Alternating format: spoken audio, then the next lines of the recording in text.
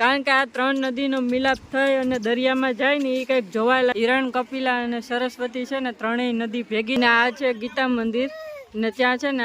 Hello YouTube family, good morning, જય માતાજી. કેમ છો બધા? મજામાં? તો સ્વાગત છે તમારું આજના એક નવા વિડીયોમાં. ને અત્યારે છે ને સવારમાં નાહી ધોઈને એકદમ કમ્પ્લીટ તૈયાર થઈ ગયા છે. કારણ કે ઘણા દિવસથી છે ને ક્યાંય ફરવા ગયા નહોતા, ઘરે જ હતા. એટલે આજે છે ને ફરવા જવાનો પ્લાન બનાવ્યો છે. અને હીરવાને જો મીનાબેન પણ તૈયાર થઈ ગયા છે. તૈયાર થઈ ગયા ને એકદમ? હા. ને હીરવા જો ઉતાંબર થાય. ક્યાં જવું? જે કવા જવું? અને અજીત છે ને ગાડી લેવા ગયા છે. એટલે એ ગાડી લઈને આવે ને એટલે આપણે ફટાફટ નીકળીએ ફરવા જવા માટે. તો અત્યારે અમે છે ને સોમનાથ ને રામ મંદિરની વચ્ચે છે ને એક સરસ મજાની જગ્યા આવી છે. તો ત્યાં અમે છે ને આ વ્યૂ જોવા માટે આવ્યા હતા. અને અહીંયા છે ને જો સામે ત્રણ નદી દેખાય છે ને, હિરણ, કપિલા અને સરસ્વતી. એ ત્રણેય નદી છે ને અહીંયા ત્રિવેણી સંગમમાં ભેગી થાય છે આ બાજુ.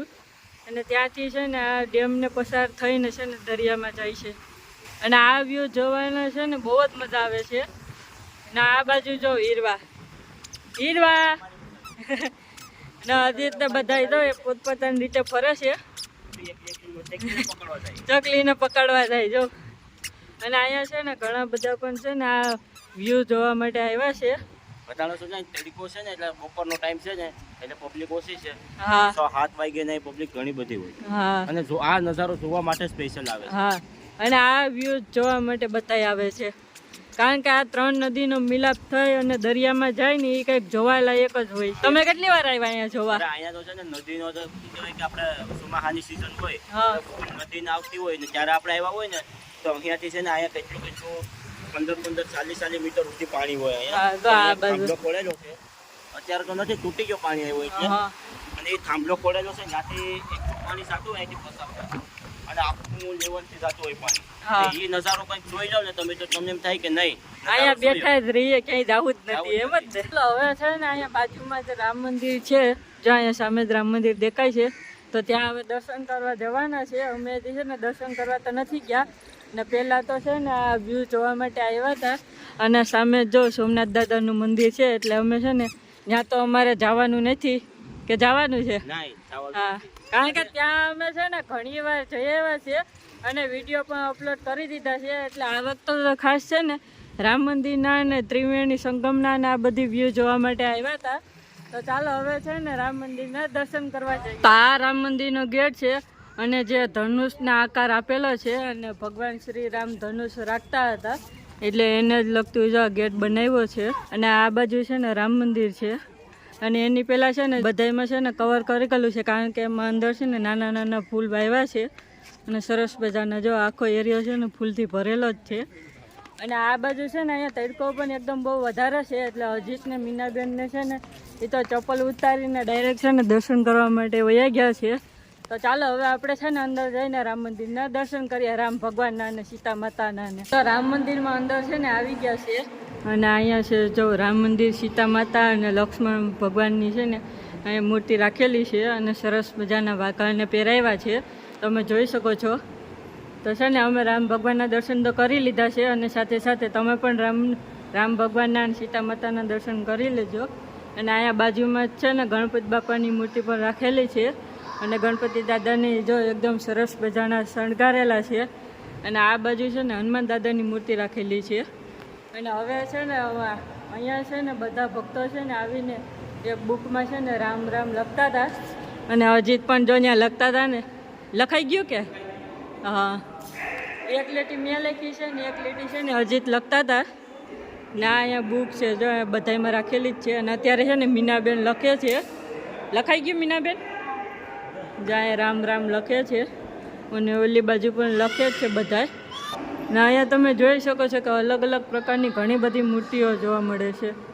આ બાજુએ પણ છે. હા, આ બાજુ પણ છે. ગણપતિ બાપાની જ છે તો. હા, આ બાજુ એવી છે ને મૂર્તિ છે જો. હા, મઢાવેલી ને બનાવેલી છે સ્પેશિયલ. હાથ વડે બનાવેલી લાગે આમાં. હાથ વડે બનાવેલી છે જો. આ નીચેની મૂર્તિઓ છે ને આ છે, પછી આ ઉપરની મોટી મૂર્તિ છે એ બધા હાથ વડે બનાવેલી છે. ને અહીંયા મંદિરનો નજારો છે ને એકદમ શાંત વાતાવરણ જેવો છે. અને અહીંયા તમે આવો ને રામ ભગવાનના દર્શન કરવા તો જાણી એમ જ લાગે કે આપણે અયોધ્યા પૂગી ગયા, એવું જ લાગે ને. અને આ બાજુ પણ છે ને મૂર્તિનું કલેક્શન રાખેલું છે અને એની માહિતી છે ને કંઈક આ બોર્ડમાં લખેલી છે. જો આ બોર્ડમાં. અને હીરવા જોઈ લે આયા. હીરવા શું કરે? હીરવા આમ જોતો હીરવા. હાલો હવે મંદિરની પરિક્રમા કરી. હા, આ બાજુથી મંદિરની પરિક્રમા ચાલુ થાય છે એટલે આ બાજુ નીકળશું ને પછી આ ગેટવે નીકળશું એટલે અહીંથી આપણે છે ને ચાલુ કરવાની હોય છે. તો અત્યારે છે ને મંદિરની અડધી પરિક્રમા તો કરી લીધી છે ને બાકી આ બાજુનો નજારો જોઉં તમે, એકદમ જોવાલાયક છે, સરસ મજાનો. અને હીરવા અને મીનાબેન તો છે ને અમારી આગળ નીકળી ગયા છે ને આ બાજુ જો મંદિરની ચારે બાજુ છે ને આવી મૂર્તિઓ રાખેલી છે ભગવાનની. સામે છે ને વરુણ દેવની મૂર્તિ રાખેલી છે અને અહીંયા વાયુદેવની ને બધાય ભગવાનની મૂર્તિઓ રાખેલી છે. તો ફાઇનલી રામ ભગવાનના દર્શન કરીને અમે છે ને સીધા ત્રિવેણી સંગમ આવી ગયા છે કે જ્યાં હિરણ કપિલા અને સરસ્વતી છે ને ત્રણેય નદી ભેગી થાય છે અને તેને મહાસંગમ નામ તરીકે ઓળખવામાં આવે છે. અને અજીતને હીરવાને જો ખરીદીમાં લાગી ગયા છે આવતા વેતના. હું લઉં? હા હીરવા કઈક દેખાડે કે હા હીરવા ક્યાં ગઈ? હીરવા હું લેવું? હીરવા એ હીરવા ઈ જોઈ છે બધી વસ્તુ છે ને એટલે બતાડે જોઈ. તો ચાલો હવે છે ને આપણે અંદર જોઈએ કે કેવું વાતાવરણ છે અને ત્યાં કેવો માહોલ છે. તો અંદર આવીને જોઈએ ને તો અહીંયા તો છે ને ઘણી બધી પબ્લિક છે ને નાહવા માટે આવ્યા છે ત્રિવેણી સંગમમાં. અને આ બાજુ જો હીરવા છે ને કબૂતર પકડે, એ પણ પકડાતું નથી એનાથી તોય. અને આ બાજુ પણ પબ્લિક ઘણી બધી છે અને આ વચ્ચે છે ને મૂર્તિ રાખેલી છે. અને આ મૂર્તિ કોની છે તમને ખબર હોય ને તો કોમેન્ટ કરી નાખજો જરાક. ને આ બાજુ જો બધી ત્રણે ત્રણ નદી દેખાય એકાય રે. અને સામે છે ને મોરારી બાપુનો બંગલો દેખાય છે ત્યાંથી. અને આ બાજુ જો અહીંથી છે ને સાવ આમ પાણી નજીક આવી ગયું છે, જોઈ લો તમે. અને આ બાજુ છે ને બધા ભક્તો જો સ્નાન કરે છે, ઓલી બાજુ પણ સ્નાન કરે છે. અને અત્યારે તડકો પણ એવો જ છે કે વાત પૂછોમાં. અને આ બાજુ છે ને બધા યાત્રિકો છે ને માછ લાવવા માટે જો કંઈક ને કંઈક ખાવાનું લાવે છે. તો જો આ બાજુ છે ને બેન ખવડાવે છે ક્યાં ને. તો જો અહીંયા કેટલા બધી છે ને માછલા ભેગા થઈ ગયા છે જો. અને હીરવા પણ જોઈ. અને છે ને જો ઓલા ભાઈ છે ને માછલા પકડવાનો કયાના ટ્રાય કરે છે પણ હજી સુધી પકડાતા નથી. ને અજીત પણ જોઈ પકડવા તમારે એ આમ પણ પકડાતા જ નથી. તો રામ મંદિર અને ત્રિવેણીના દર્શન તો કરી લીધા છે અને હવે અમારે જવાનું છે ગીતા મંદિરે દર્શન કરવા માટે. તો ચાલો હવે છે ને આપણે ગીતા મંદિરે જઈને વિડીયોને કન્ટિન્યુ કરીએ. તો ફાઇનલી અત્યારે છે ને અમે હવે ગીતા મંદિર આવી ગયા છે દર્શન કરવા માટે. અને આ છે ગીતા મંદિર ને ત્યાં છે ને આગળ જો કૃષ્ણ ભગવાનની નાની એવી મૂર્તિ રાખેલી છે. અને બાકી છે ને ત્રિવેણી સંગમની જેમ અહીંયા પણ છે ને ઘણા બધા યાત્રિકો આવે છે દર્શન કરવા માટે. અને હજી જો એકલા આગળ જાય છે. ને આ બધું જો મીનાબેન ને હીરવા. હીરવા ટાટા કહેતા, ટાટા કહી દે, ટાટા કહી દે. એને છે ને હીરવાને જો અહીંયા તડકો છે ને એટલે હવે એને કંટાળો પણ આવે છે. ને આ છે કૃષ્ણ ભગવાનની અહીં નાની એવી મૂર્તિ રાખેલી છે, જોઈ લો. તો ફાઇનલી અત્યારે છે ને ગીતા મંદિરમાં આવી ગયા છે અને સામે છે ને કૃષ્ણ ભગવાનની મૂર્તિ રાખેલી છે ગાય માતા સાથે.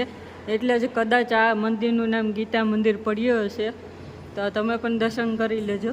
અને બાજુમાં છે ને અહીંયા છે ને બલદેવજીની ગુફા પણ છે ને હજી તો ત્યાં જવાની જ રાહ જોઈ. હા અહીંયા લખ્યું છે ઉપર શ્રી બલદેવજી મંદિર, બલદેવજીની ગુફા. જો અહીંયા અંદર છે ને ગુફા જેવું છે. આપણે ગુફામાં જઈએ. હા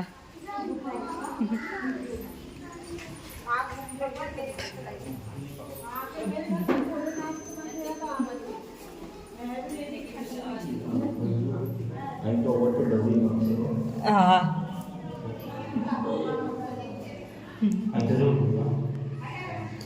તો અત્યારે છે ને બલદેવજીની ગુફામાં આવી ગયા છે અને અહીંયા આપણે છે ને જરાક પણ બોલીએ ને એટલે બહુ મોટો અવાજ નીકળે છે.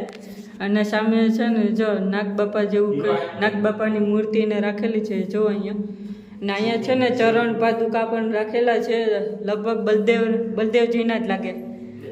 હા હીરા જે કર લે, જે કરતા હીરા દર્શન કરવા ગયા. હા હા ગીતા મંદિરના ને બલરામજીની ગુફાના ને બધાના દર્શન કરી લીધા છે અને મંદિરની બહાર આવી ગયા છે. અને અહીંયાનો નજારો જો કેવો સરસ મજાનો છે, સુંદર. અને અજીત ને હીરવા ને બધા છે ને એ તો ત્યાં પહેલાં જ વયા ગયા છે, કારણ કે હીરવા છે ને એક જગ્યાએ તો ટકતી જ નથી, એટલે એને બરાબર હોય ને તો એને છે ને આમ ફરવાની મજા આવે છે, એટલે એ મોર વયા ગયા છે.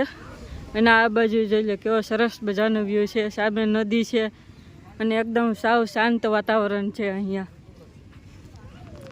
ને અહીંયા તમે યાત્રિક પણ જોઈ શકો છો, જેવી જ રીતના ત્રિવેણી સંગમ અને સોમનાથમાં યાત્રિકો આવે છે ને એવી જ રીતના અહીંયા ગીતા મંદિરે પણ છે ને એટલા જ યાત્રિકો આવે છે. આ આખી છે ને હિરણ નદી છે અને આ છે ને ત્રિવેણી સંગમ બાજુ જ જાય છે. અને સામે છે ને જો અહીંથી દેખાય છે એ મોરારી બાપુનો બંગલો છે. અને અહીંયા આવીને એમ થાય કે આપણે ઘરે જવું જ નથી એવું વાતાવરણ છે અહીંયા. તો ફાઇનલી રામ મંદિર, ગીતા મંદિર અને ત્રિવેણીના દર્શન કરી લીધા છે.